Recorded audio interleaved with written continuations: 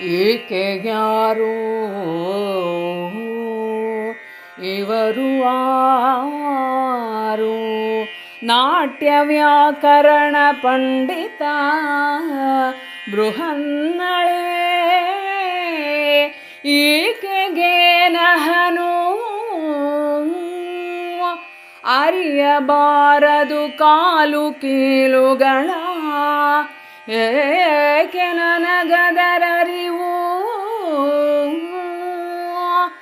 ಎಂದ ವಿವೇಕಿಗಿರೆ ಬಳಿಕ ಇತ್ತ ಪುರದಲ್ಲಿ ನೂಕು ನೂಕಾಯಿತ್ತು ನೋಡುವ ನೆರವಿ ಉತ್ತರನ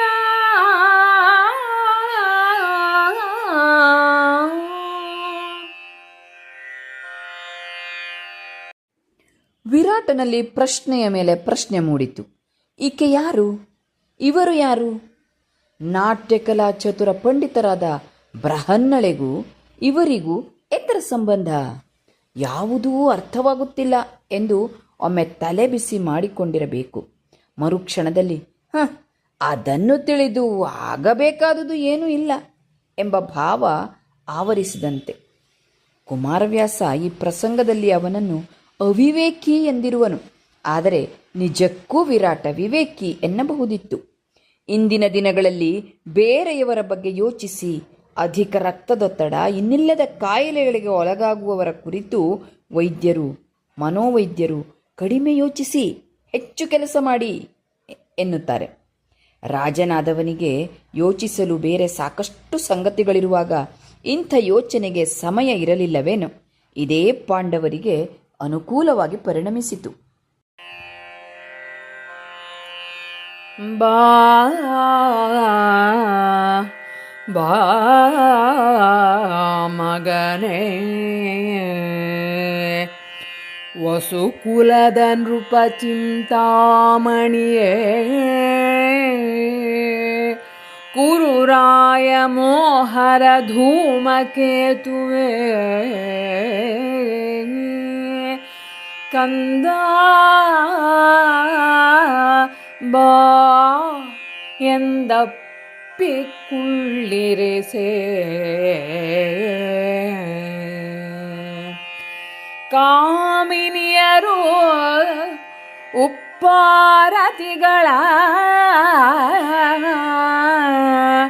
ಅಭಿರಾಮ ವಸ್ತ್ರ ನಿವಾಳಿ ರತ್ನಸ್ತೋಮ, ಬಣ್ಣದ ಸೊಡರು ಸುಳಿದವು ಹರುಷದುಗ್ಗಿನಲಿ.